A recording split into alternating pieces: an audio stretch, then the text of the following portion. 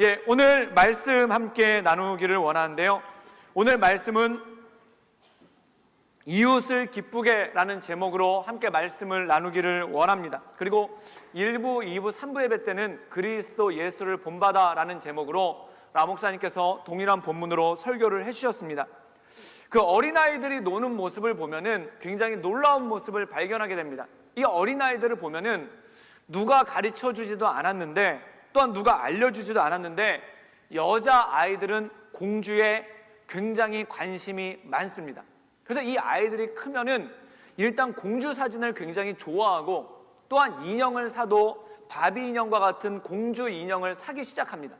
그리고 옷을 입을 때 보면은 굉장히 화려한 드레스를 굉장히 좋아하게 되고 또 머리에 왕관이 달려있는 핀을 하려고 하죠.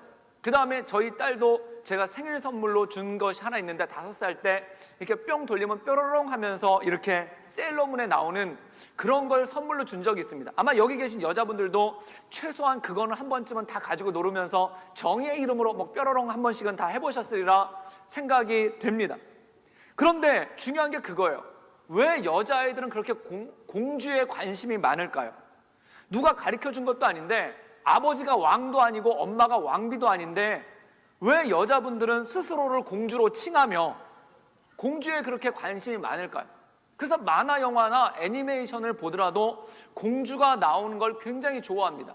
올 1월 달에 굉장히 히트를 쳤던 인기가 있었던 프로즌 겨울왕국이라는 이 만화도 결국은 공주 얘기 아닙니까?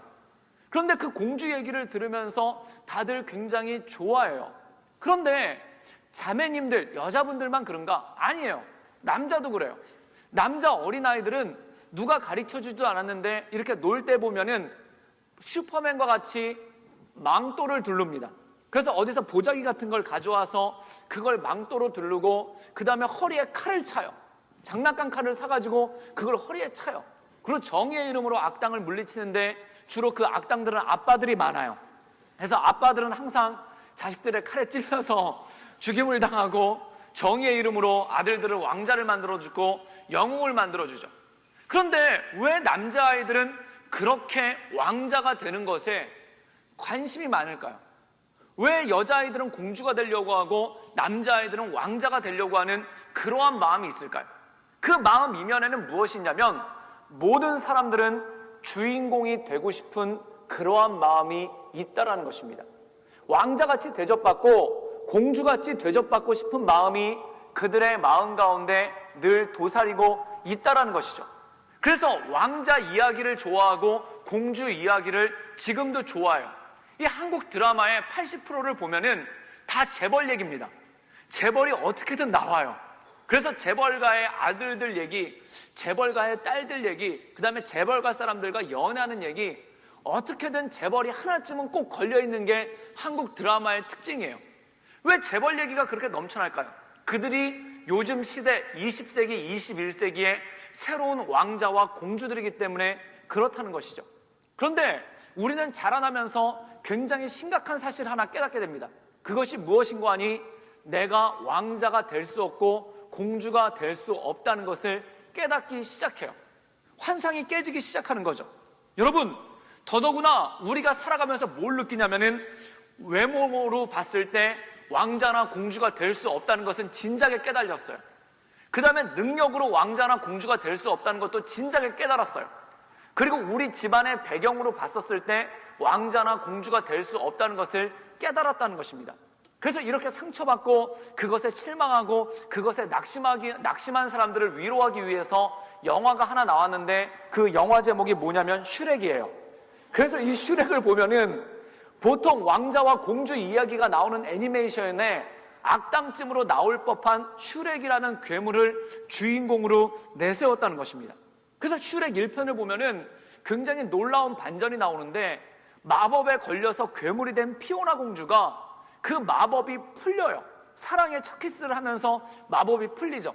그때 모든 사람들이 어떻게 생각을 했냐면은 피오나 공주가 예쁜 공주가 되고 괴물이었던 슈렉마저 왕자님으로 바뀌는 그 모든 것들을 기대했어요. 그런데 놀라운 일이 벌어집니다. 식스센스와 유주얼 서스펙트에 버금가는 대반전이 일어났는데 그게 뭐냐면 둘 다 괴물이 되어버렸어요. 그리고 끝나버려요. 그런데 여기에 놀라운 위로가 있는 거예요. 그 영화의 메시지는 뭐냐면은 괴물도 주인공이 될 수가 있다. 다시 말해서 주인공이 될 수 없는 조건을 가진 사람도 주인공이 될 수 있다라는 강력한 메시지를 그 영화에서 준다라는 겁니다. 그래서 이 슈렉이라는 영화는 굉장히 큰 인기를 끌었어요. 그래서 그 반증이 뭐냐면은 공주 얘기, 수많은 공주 시리즈들, 미녀와 야수, 신데렐라, 백설공주, 라풀텐, 인어공주 다 1편으로 끝났어요. 그런데 이 슈렉만 1편, 2편, 3편, 그리고 슈렉 포에버, 슈렉은 영원하다 이렇게 해가지고 완결편으로 끝났거든요. 그건 뭐냐면은 사람들 마음 가운데 그런 메시지가 있는 거예요. 내가 공주의 또는 왕자의 조건을 갖지 못하더라도 주인공이 되고 싶다라는 욕구가 그 마음 가운데 굉장히 컸다라는 것이죠. 그럼 여러분, 왜 사람은 주인공이 되고 싶을까요? 왜 사람은 왕자와 공주와 같이 남들에게 주목받는 주인공이 왜 되고 싶을까요? 그 주인공이 되고 싶다는 뜻은 뭐냐면 한마디로 얘기하면 이 뜻입니다. 다른 사람으로부터 주목받고 싶다는 겁니다. 그걸 좀 더 깊이 얘기하자면 뭐냐면 다른 사람으로부터 인정받고 싶다는 겁니다. 그리고 그걸 좀 더 깊이 얘기하자면 뭐냐면 다른 사람으로부터 관심받고 싶다는 겁니다. 여러분, 사람은 관심받지 못하면 병이 납니다. 관심을 받지 못하면 병이 나요. 나는 사람들이 나한테 관심을 안 가져줘도 난 괜찮아 라고 얘기하지만 사람은 관심을 못 받으면 병이 나요. 밥을 못 먹으면 굶주려요. 물을 못 먹으면 목이 말라요. 그리고 숨을 못 쉬면 숨이 막히는 것처럼 사람은 누군가로부터 관심을 받지 못하면 병이 생깁니다. 그래서 요즘에 신종병 중에 어떤 병이 있냐면은 관심을 받지 못해서 생긴 병인 관심병이라는 병이 있어요. 이거는 어떻게 하는가? 관심을 받아야지만 낫는다는 거예요. 그래서 관심을 받기 위해서 정상적인 방법으로는 관심을 받지 못하니까 약간 비정상적인 방법으로 관심을 받으려는 행동을 요즘에 인터넷상 용어로 관심병이라고 얘기한다는 겁니다. 여러분, 데일 카네기라는 사람은 인간관계론, 지난번에도 한번 설명을 드렸는데 사람을 친구로 만들고 그들을 내 뜻대로 움직이는 법이라는 이 원초적인 제목의 책을 하나 썼는데 거기서 인간의 특징을 2개로 잡았어요. 그게 뭐냐면은 사람은 2가지 욕구를 가지고 있는데 그 2가지 욕구가 뭐냐면 첫 번째, 남으로부터 비난받고 싶지 않는 욕구가 그 안에 있다라는 거예요. 여러분, 사람은 비난받는 거 굉장히 싫어합니다. 누가 나를 욕하는 거, 누가 나를 꾸짖는 거, 누가 나를 혼내는 거, 누가 나를 훈계하는 거, 이것을 근본적으로 싫어한다는 거예요. 비난받고 싶지 않은 욕구가 첫 번째가 있어요. 그 다음에 2번째 욕구는 뭐냐면은 중요한 사람으로 인정받고 싶은 욕구가 그 안에 있다라는 것입니다. 즉 존중받고 싶고 칭찬받고 싶은 욕구가 모든 사람의 마음 가운데는 그 2가지는 꼭 있다라는 거예요. 그게 표현하는 방식만 틀리지 나타나는 방식만 틀리지 그 2가지는 꼭 있다는 거예요. 그래서 데일 카네기의 이론이 사람들을 친구로 만들고 내 뜻대로 움직이는 법, 인간관계론의 기본이 뭐냐면 다른 사람을 비난하지 말고 그를 인정해주면은 당신은 누구를 만나든지 그를 친구로 만들 수 있다. 이것이 이 데일 카네기의 인간관계론의 기본이에요. 근데 이 데일 카네기라는 사람이 인간관계론을 쓸 때 참고를 삼았던 게 뭐냐면 신약 성경을 참고로 삼아서 예수님의 말씀을 모티브로 삼았는데 그 내용이 성경에 이렇게 나오는 거예요. 마태복음 7장에 보면은 대접받고자 하는 대로 다른 사람을 대접하라. 이것이 율법이요 선지자라는 것입니다. 여러분, 내가 비난받고 싶지 않으면 다른 사람을 비난하지 말라라는 거예요. 그리고 내가 다른 사람으로부터 인정받고 싶으면 다른 사람을 인정하라는 거예요. 이것이 너희가 대접받고자 하는 대로 다른 사람을 대접하라. 이것이 바로 율법이요 선지자라는 예수님의 말씀이라는 것이죠.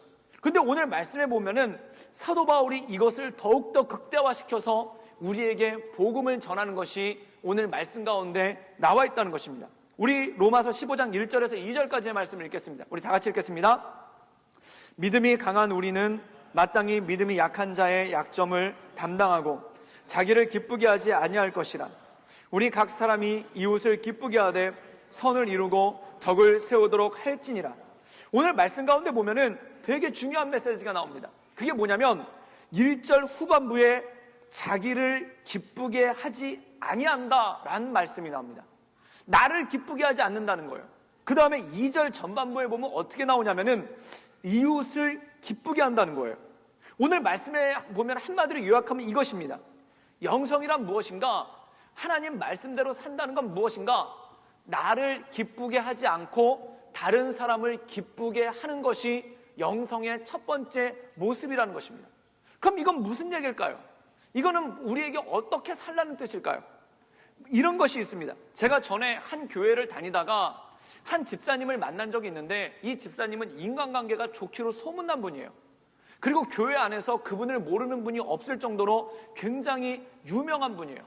그리고 목사님들이 100명이 넘었는데 100여 명이 넘는 목사님들이 제가 먼저 섬기던 교회 목사님들이 100여 명 정도가 됐는데 그분들 중에 이분을 모르는 분이 굉장히 거의 없을 정도로 굉장히 목회자들 사이에서도 잘 알려지신 분이에요.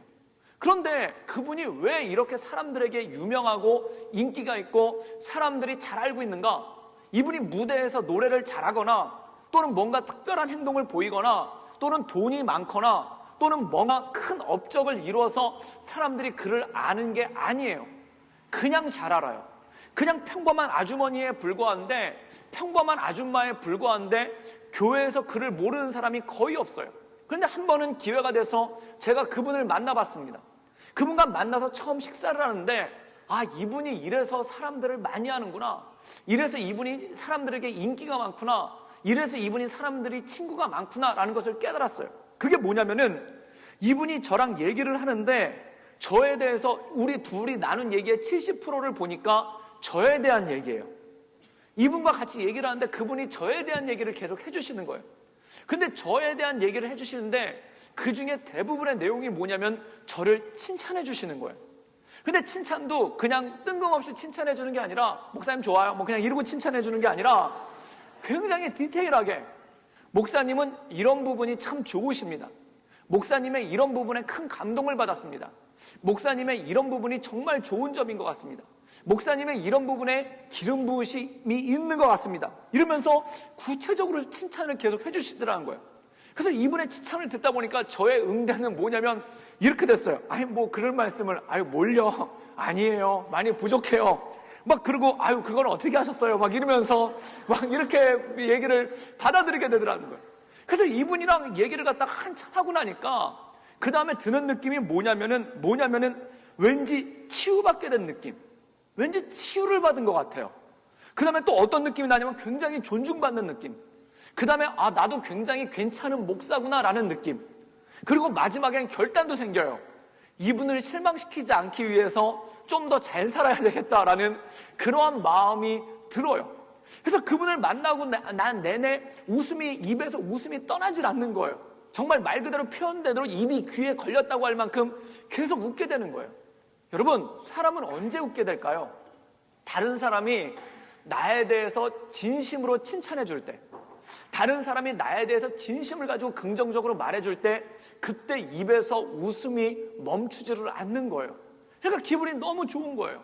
그렇게 비싼 음식을 먹은 것도 아니고 좋은 음식을 먹은 것도 아닌데 굉장히 기분이 좋은 거예요. 그런데 반대로 얘기를 하다 보면은 굉장히 힘들고 어려운 분이 있어요. 그분들의 특징은 뭐냐면은 물론 여러 종류의 분들이 있는데 어떤 분들이 있냐면은 계속 저한테 질문을 하시는 분이 있어요. 그 질문이 뭐냐면은 저는 어때요? 이러면서 계속 물어봐요. 저는 어때요? 라고 물어보는데 저는 뭘 잘하나요? 그리고 저는 그 사람보다 뭐가 난데요? 그리고 저는요 이렇게 계속 물어보는 분이 있어요. 그러면 막 대답을 해주다가 나중에 무슨 시험 보는 것 같아요. 무슨 고시 치르고 있는 것 같아요. 굉장히 힘든 퀴즈를 맞추는 것 같은 그러한 어려움이 있어요. 그런데 그 집사님은 이런 게 좋으세요. 그럼 네 고맙습니다. 그냥 이 정도에서 끝내주시면 좋은데 더 디테일하게 들어오시는 분들이 있어요. 그게 뭐냐면은 그게 왜 좋은데요? 그게 왜 괜찮은 건데요? 그러면 굉장히 힘든 거예요. 또 어떤 걸 갖다가 칭찬을 해드렸는데 그분이 이렇게 얘기해요. 그건 아닌 것 같은데요? 이래요. 제가 그분 이게 좋다고 칭찬했는데 그거에 대해서 반론을 제시하는 분이 있어요. 그러면은 말을 하다가 무슨 시험 보는 것 같은 그런 느낌이 들어가지고 너무 힘든 거예요. 그런데 그런 분들과 얘기를 하다 보면은 딱 이런 느낌이 들어요. 그게 뭐냐면 내가 무슨 생각하고 있는지 맞춰보세요. 내가 어떤 사람인지 맞춰보세요. 나에 대해서 공부해보세요. 이런 느낌을 굉장히 강하게 받더라는 거예요. 여러분, 근데 제가 거기서 굉장히 사소하지만 굉장히 작은 거지만 놀라운 사실을 하나 깨달았습니다. 그게 뭐냐면 사람은 다른 사람들이 나에 대해서 어떻게 생각하는지, 그리고 다른 사람들이 나를 어떻게 인정하고 있는지 그게 너무너무 궁금하다는 거예요. 여러분, 그런데 특히 뭐가 궁금하냐면은 욕하는 거, 싫어하는 거, 미워하는 게 궁금한 게 아니라 얼마나 나를 좋아하는지, 얼마나 나를 긍정적으로 생각하는지 그게 궁금하다는 거예요. 7월 달에 청년부 수련회 가지 않았습니까? 하트 청년부와 연합 수련회를 갔다 왔는데 그때 이런 프로그램이 있었어요. 아마 갔다 오신 분들은 알 텐데 조그만 봉투에다가 이름을 써가지고 식당에다 탁 붙여놨어요. 그럼 거기다 지체들이 메모지에다가 뭐 형제님 축복해요, 아무개 자매님 축복해요 그래가지고 그 사람 이름에다가 이렇게 집어넣는 그걸 했어요. 저는 그거 신경도 안 썼어요. 그런데 처음에 하루가 지나는데 문득 제 이름이 있는 봉투를 본 다음에 궁금해지기 시작하는 거예요. 몇 개나 들었을까? 이런 궁금증이 나오기 시작하는 거예요. 그런데 거기 가서 이렇게 쳐다보면 얼마나 목사가 없어 보이겠습니까? 그래서 다른 지체들이 다 숙소에 갈 때까지 기다렸다가 혼자 이렇게 슬쩍 가가지고 이렇게 열어봤어요. 이렇게 지나가는 척하고 살짝 열어봤어요. 놀라운 일이 벌어졌어요. 하나도 없는 거예요. 전 진짜 괜찮을 줄 알았어요. 저 굉장히 쿨한 사람이고 마음이 그래도 넓다 하면 넓은 사람이고 관대한 사람입니다. 갑자기 마음에서 뭐가 하나 뚝뚝뚝 떨어지는 것 같은 거예요. 침울해지는 거예요. 아침이 됐어요. 그때도 이런 생각이 드는 거예요. 누가 넣었을까? 그런데도 아무도 안 넣는 것 같아요. 슬퍼지는 거예요. 왜 그럴까요? 사람은 누군가 자기에게 무관심한 것 같으면은 그때부터 슬픔이 막 몰려오기 시작해요. 그래서 악플보다 더 나쁜 게 무플이라고 그러지 않습니까? 아무도 나한테 관심을 가져주지 않는 거예요.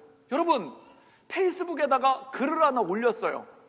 두렵고 떨리는 게 뭔지 아십니까? 올린 지 1시간이 지났는데 좋아요 하나 안 뜨고 있어요. 땀나는 거예요. 굉장히 힘든 거예요. 올린 지 하루가 지났는데 댓글은커녕 좋아요 하나 안 올라가요. 이러면은 굉장히 힘들어져요. 왜 그럴까요? 사람들은 다른 사람이 나에 대해서 어떤 관심을 가지고 있는지, 어떤 생각을 가지고 있는지 그게 너무 궁금해요. 그래서 다른 사람에게 원하는 게 뭔지 아십니까? 내가 어떤 사람인지 말해주기를 원해요. 내가 어떤 장점을 가지고 있는 사람인지, 내가 어떤 좋은 점을 가지고 있는 사람인지 그걸 나에게 말해주기를 원해요. 그게 바로 사람이 가장 기뻐하는 일이라는 겁니다. 여러분, 그렇다면 사도 바울이 이렇게 얘기를 합니다.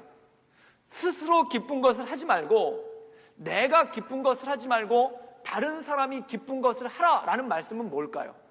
그것은 다른 사람이 나에 대해서 뭐라고 얘기하는지 들으려고 애쓰지 말라라는 거예요. 나는 어떤데? 나는 뭔데?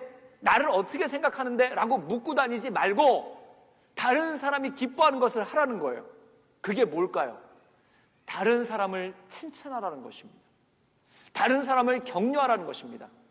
나에 대해서 칭찬해 보세요. 나를 격려해 보세요. 나에 대해서 나의 좋은 점을 말해 보세요 라고 하지 말고 내가 다른 사람의 좋은 점에 대해서 끊임없이 얘기하고 그것에 대해서 말해 주라는 것입니다. 여러분, 그것이 무엇일까요? 내가 인정받는 것에 관심을 두지 말고 다른 사람을 인정하라는 것입니다. 내가 관심받는 것에 관심을 두지 말고 다른 사람에게 관심을 두라는 것입니다. 내가 칭찬받는 것에 관심을 두지 말고 다른 사람을 칭찬하는 것에 관심을 두라는 것이죠. 그렇다면 많은 사람들이 신앙을 할 때, 신앙생활을 할 때 범하는 오류가 있습니다. 그 가장 대표적인 첫 번째 오류가 무엇인고 하니 그게 뭐냐면 나를 기쁘게 하지 않는 데서 멈춰요. 많은 사람들이 내려놓는다고 그래요. 내려놓는다는 표현을 참 많이 써요. 내 기쁨도 내려놨어요. 내 즐거움도 내려놨어요. 내 욕심도 내려놨어요. 그런데 내가 내려놓은 것만큼 다른 사람한테 뭘 요구하는지 아십니까? 너도 내려놔. 내가 내 기쁨을 내려놨으니까 너도 네 기쁨을 내려놔. 내가 내 인정받고 싶고자 하는 생각을 내려놨으니까 너도 인정받고자 하는 생각을 내려놓으라고 한다는 거예요. 여러분, 사람은요, 내가 내려놓은 것만큼 다른 사람도 내려놓기를 원해요. 그리고 다른 사람한테 가서 이렇게 얘기해요. 나는 내려놨는데 너는 왜 못 내려놓느냐고 얘기를 해요. 이건 뭘까요? 내 기쁨을 내려놓은 동시에 다른 사람의 기쁨도 내려놓게 하고 싶은 거예요. 여러분, 그래서 영성을 가진 사람 중에 무서운 사람이 있어요. 주님께 굉장히 헌신을 하고 주님께 굉장히 많은 걸 드리고 굉장히 신앙이 뜨거운 사람인데 무서운 사람이 있어요. 그 사람 앞에 가면 내 것도 다 내려놔야 될 것 같아요. 그 사람의 눈초리가 나는 내려놨는데 너는 왜 안 내려놨니? 그리고 째려보는 것 같아요. 그래서 마음이 힘들어지는 거예요. 근데 사도 바울은 이렇게 얘기합니다. 내 것을 내려놓고 다른 사람의 것은 올려놓으라는 겁니다. 내가 내려놓은 것만큼 다른 사람도 내려놓게 하지 말고 다른 사람에게 올려놓으라는 겁니다. 여러분, 우리가 때로 굉장히 신앙적으로 성숙하시고 헌신된 분과 같이 성경 공부를 하다 보면 되게 부담을 느낄 때가 있어요. 그게 뭐냐면 그분이 끊임없이 나보고 내려놓으라는 것 같아요. 저는 이번 주에 금식 3일 동안 했습니다. 참 대단하신데요. 그런데 그래요.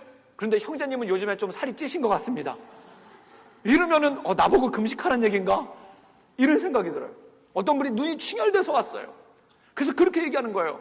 저는 이번 주 내내 성경을 밤을 새면서 읽었습니다. 그런데 내 눈빛은 초롱초롱해요. 부담스러운 거예요. 어떤 분은 오셔가지고 할렐루야 뭐 이러면서 주 예수를 믿으라 막 이러면서 말씀을 하세요. 내 목소리는 너무 청아해요. 나도 저렇게 기도해야 되는 게 아닌가 이런 부담이 오는 거예요. 근데 사도 바울은 뭐라고 얘기하냐면은 내가 내려놓았다고 해서 다른 사람에게 내려놓으라고 부담 주지 말라는 겁니다. 내 기쁨을 추구하지 말고 다른 사람의 기쁨을 추구하라는 것입니다. 내가 칭찬받기를 거부했다고 해서 다른 사람을 칭찬하지 말라는 얘기가 아니에요. 내가 칭찬 안 받기로, 내가 다른 사람에게 인정 안 받기로, 내가 다른 사람에게 관심 안 받기로 작정했다고 해서 다른 사람도 인정 못 받게 하고 다른 사람에게도 관심 주지 말고 다른 사람도 칭찬을 받지 못하게 하라는 게 아니라는 것입니다. 나는 기쁨을 내려놓았지만 내 기뻐하는 것을 하지 않지만 다른 사람이 기뻐할 수 있는 일들을 그 안에 한다라는 것이죠. 어떤 종교에서는 욕심을 버리면은 마음에 천국이 찾아온다고 합니다. 그래서 욕심을 버릴 것에 대해서 얘기를 해요. 그래서 욕심을 버리기 위해서 어떤 분들은 100일 동안 수도를 해요. 어떤 분들은 100일 동안 그 익히지 않은, 불에 끓이지 않은 생식이라고 그러죠. 그런 것들을 막 먹어요. 어떤 분들은 100일 동안 앉아서 잠을 자요. 그런데 어떤 함정에 빠질까요? 다른 사람이 200일 하면요, 그때 열등감에 빠져요. 욕심을 내려놨다는 거에 욕심을 부려요. 욕심을 내려놨다, 저 사람이 나보다 욕심을 더 내려놨네? 그럼 나는 더 내려놔야지. 그러면서 욕심을 부려요. 여러분, 기도하시는 분 가운데요, 겸손하게 해주십시오. 그리고 새벽 기도를 해요. 그리고 막 열심히 기도를 했는데 눈을 떠서 봤더니 다른 분이 나보다 더 오래 기도를 하고 있어요. 그럼 마음 가운데 묘한 경쟁심이 생겨요. 저 사람 기도 끝날 때까지는 해야지. 막 그래요.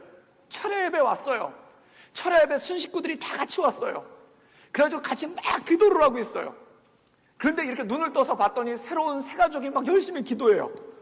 그러면 저 사람 끝날 때까지는 기도해야 되겠다. 그래서 기도가 아니라 어떤 분들은 시간 끌고 계신 분들 계세요. 왜 그럴까요? 기도를 하는 중간에도, 말씀을 보는 중간에도, 내가 내 영성을, 하나님의 말씀을 묵상하는 중간에도 그것으로 인해서 욕심이 들어오고 그것으로 인해서 더 교만해지는 그러한 모습이 있다는 것입니다. 비우려고 하면 더 비우려고 할수록 집착하게 되는 거예요. 비우려고 하면 비우려고 할수록 그것이 더 나의 주제가 되는 거예요. 금식해 보셨습니까? 금식하면요, 인생에 남는 거라고는 밥밖에 없어요. 밥을 내려놨는데 밥만 여기에 와서 딱 박혀 있어요.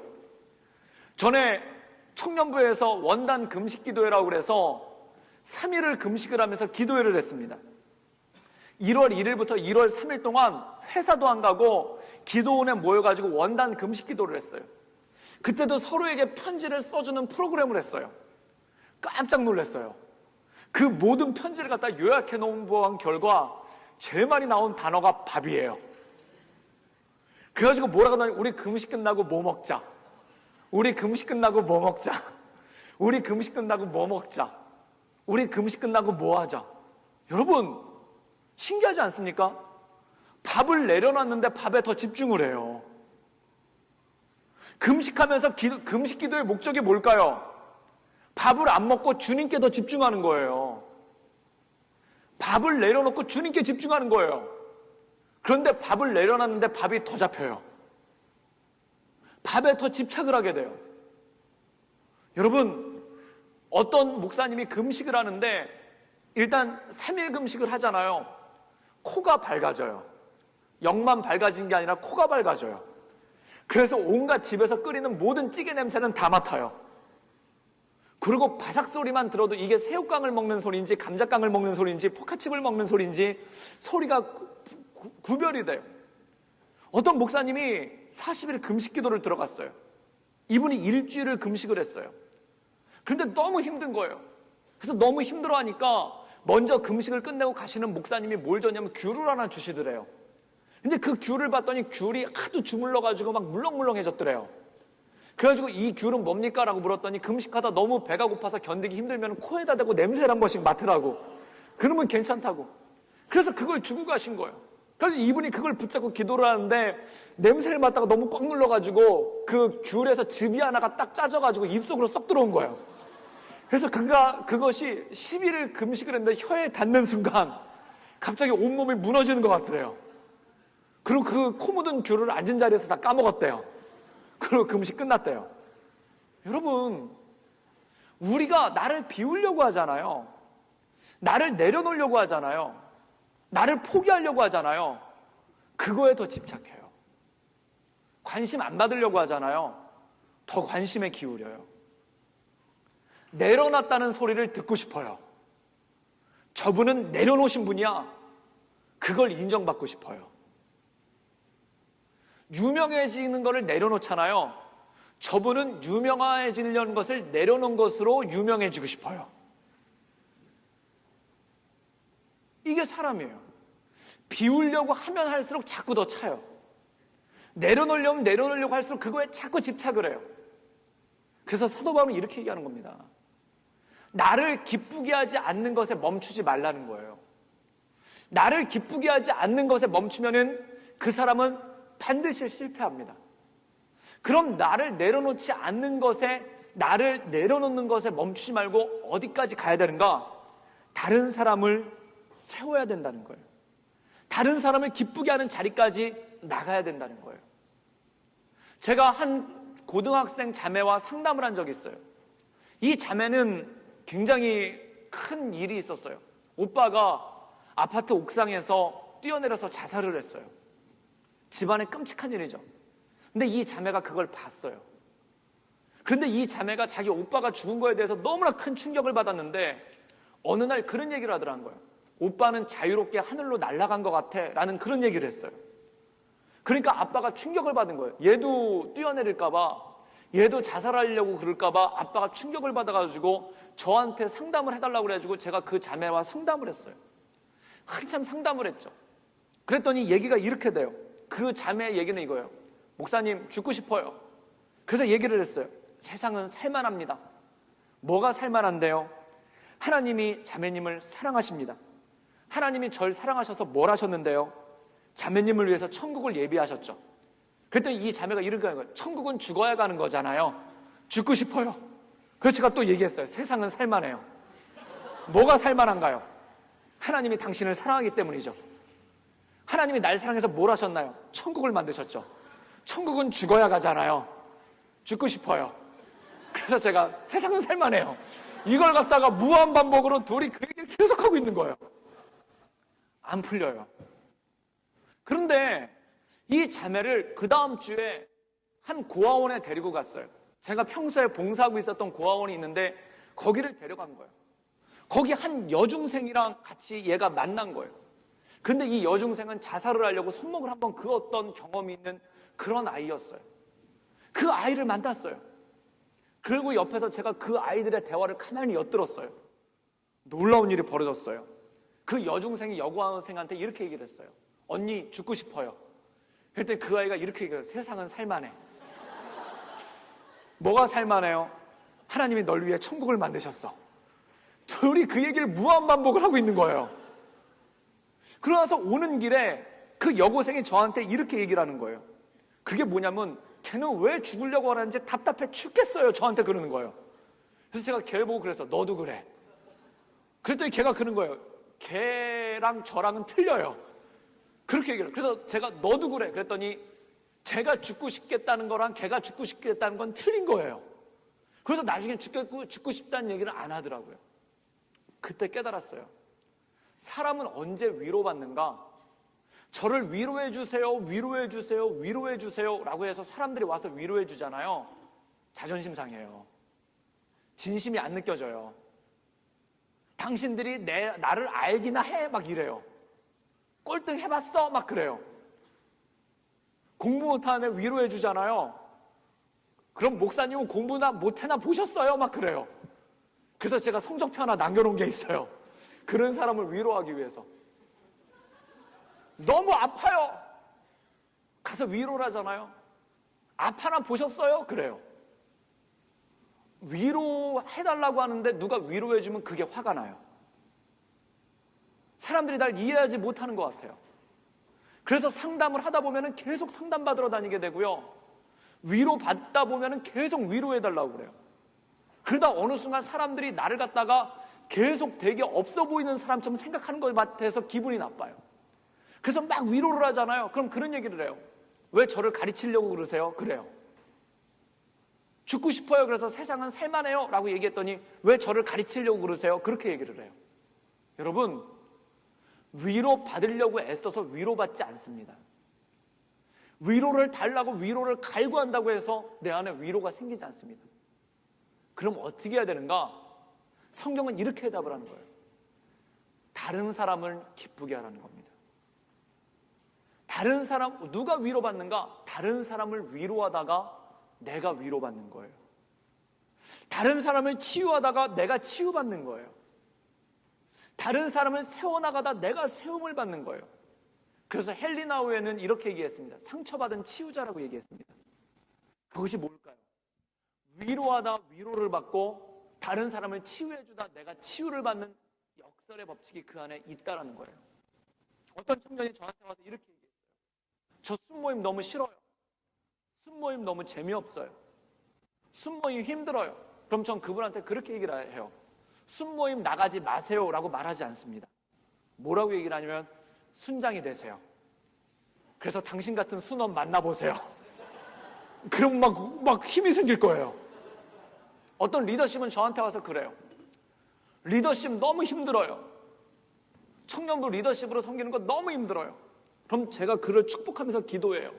주님, 이 형제를 목사님으로 만들어 주시옵소서. 그래서 나중에 목회할 때 자기 같은 성도 만나게 해 주시옵소서. 왜 그럴까요? 그런 분들 만나다 보면은 위로가 돼요. 누군가를 세우려고 하다가, 누군가를 살리려고 하다가, 누구가 축복받기를 바라다가 내가 받는 역설의 법칙이 그 안에 있다라는 것입니다. 여러분, 위로는요, 진정한 위로는 사람으로부터 오지 않습니다. 진정한 격려는 사람으로부터 오지 않습니다. 진정한 격려는 하늘로부터 옵니다. 그것을 받아 누리는 것이 신앙이라는 것이죠. 마지막으로 스티브 룽구라는 목사님의 간증을 마지막으로 이 설교를 마치고자 합니다. 스티브 룽구라는 전도자가 있어요. 그 사람은 아프리카 짐바브웨에서 태어났어요. 그의 가정은 굉장히 불행했죠. 어머니는 16살에 이분을 낳았어요. 그리고 그 당시 아버지의 나이는 40살이었어요. 근데 40살의 아버지와 16살의 어머니가 같이 살았으니 집안이 얼마나 힘들었겠습니까? 아버지한테는 갱년기가 왔고 어머니에겐 사춘기가 왔어요. 힘든 거예요. 그래서 어떤 일이 생겼냐면 아버지가 집을 떠났어요. 갱년기를 이기다 못해 집을 떠났어요. 그리고 이 사춘기가 온 엄마도 자기와 7살 된 이 스티브 룽구 목사님과 그리고 자기보다 어린 이제 막 걷기 시작한 2달 된 동생을 버리고 집을 떠났어요. 그래서 이 스티브 룽구 목사님은 7살 때 자기 2살 된 동생을 안고 이모 집을 찾아가요. 그래서 이모 집에서 자랐는데 이모의 학대가 너무 심한 거예요. 그래서 이모가 늘 그를 때리고 욕했어요. 그리고 닭장에 가둬뒀어요. 그래서 집에서 잔 날보다 닭장에서 잔 날이 더 많았다고 그래요. 그래서 어느 날 자기 동생을 남겨두고 그 역시 도망을 쳤어요. 이 7살의 어린이가 혼자 도망을 쳤으니 뭐라고 살겠습니까? 그래서 다리 밑에서 거지로 살았어요. 덮을 이불이 없어서 모래를 덮고 잤어요. 먹을 음식이 없어서 짐바브웨에 백인들이 있는 마을에 가가지고 쓰레기통을 뒤지면서 그걸 먹고 살았어요. 그리고 10대를 맞이하게 되고 사춘기가 됐어요. 인생이 다 어그러졌죠. 세상을 향한 분노예요. 자기를 버린 부모님에 대한 원망과 자기가 버린 동생에 대한 죄책감이 같이 있어요. 그걸 견디지 못하니까 술을 마시고 마약을 해요. 그리고 그걸 견디지 못하니까 범죄를 저질러요.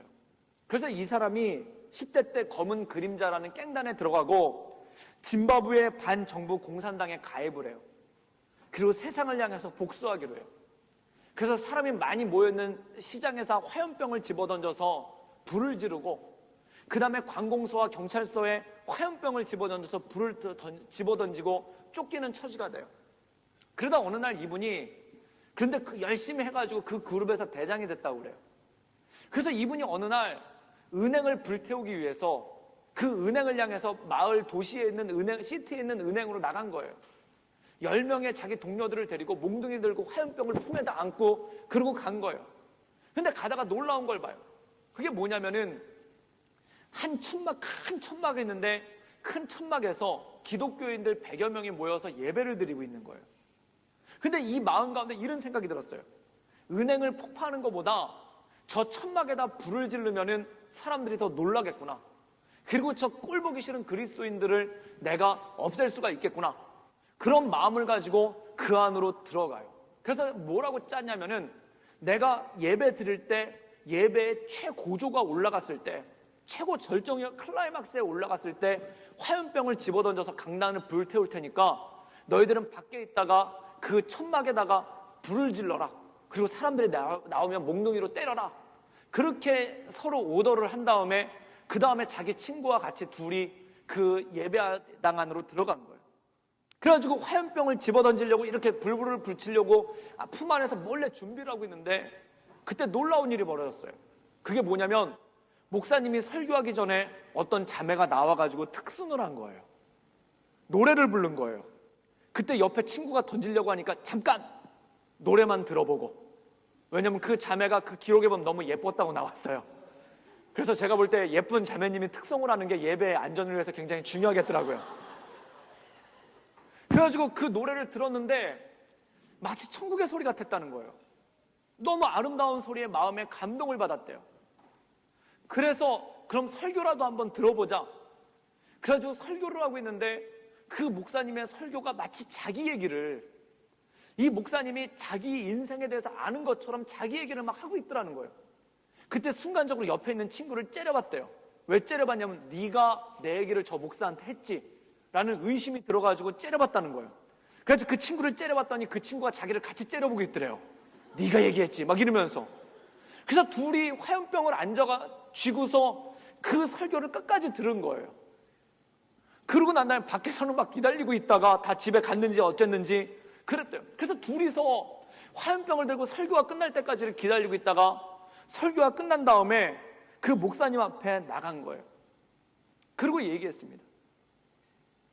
뭐라고 얘기를 했냐면은 나는 이렇게 살았습니다. 내 인생에 뭐가 있겠습니까? 그런데 그 목사님이 갑자기 그 둘을 갖다 꼭 끌어안으시면서 뭐라고 말씀하냐면은 하나님께서 당신들을 받으셨습니다 라고 얘기를 했다는 거예요. 그리고 그 한마디에 그들의 모든 인생이 변했어요. 그래서 그가 화염병을 버리고 자기 다리 밑에 집으로 와서 모래를 덮어쓰고 누워서 이렇게 기도를 드렸다고 합니다. 마치 그때의 감정을 갖다가 그렇게 얘기해요. 다리 밑 모래를 덮고 잠을 잤지만 백인들의 쓰레기통을 뒤지고 살았지만 그래도 나는 행복했다. 다리 위로 보이는 하늘에 보이는 별들이 마치 검은 벨벳 천사의 다이아몬드를 뿌려놓은 것 같았다. 그리고 이런 기도를 했다고 그래요.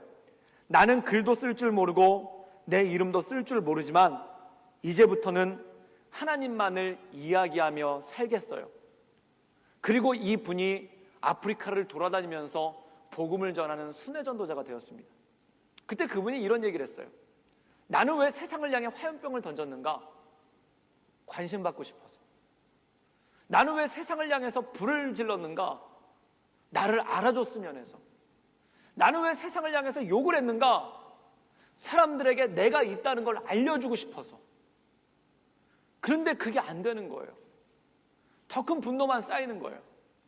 그런데 하나님이 그를 받아주고 하나님이 그를 인정해주고 하나님이 그를 안아줬다는 걸 아는 순간 다른 사람을 기쁘게 하는 것에 자기를 드릴 수 있는 힘이 생기기 시작했다는 것입니다.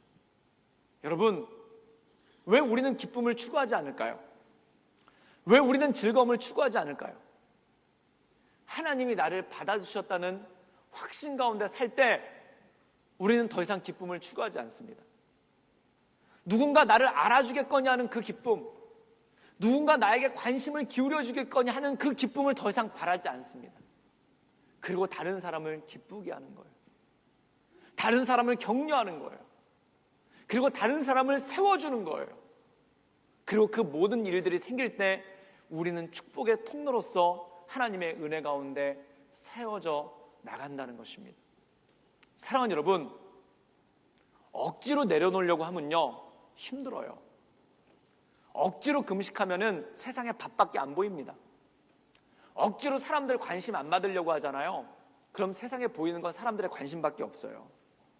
억지로 물질 내려놓으려고 하잖아요. 그럼 세상에 보이는 건 물질밖에 없어요. 억지로 내려놓으려고 하잖아요. 그럼 세상에 보이는 거 그거밖에 없어요.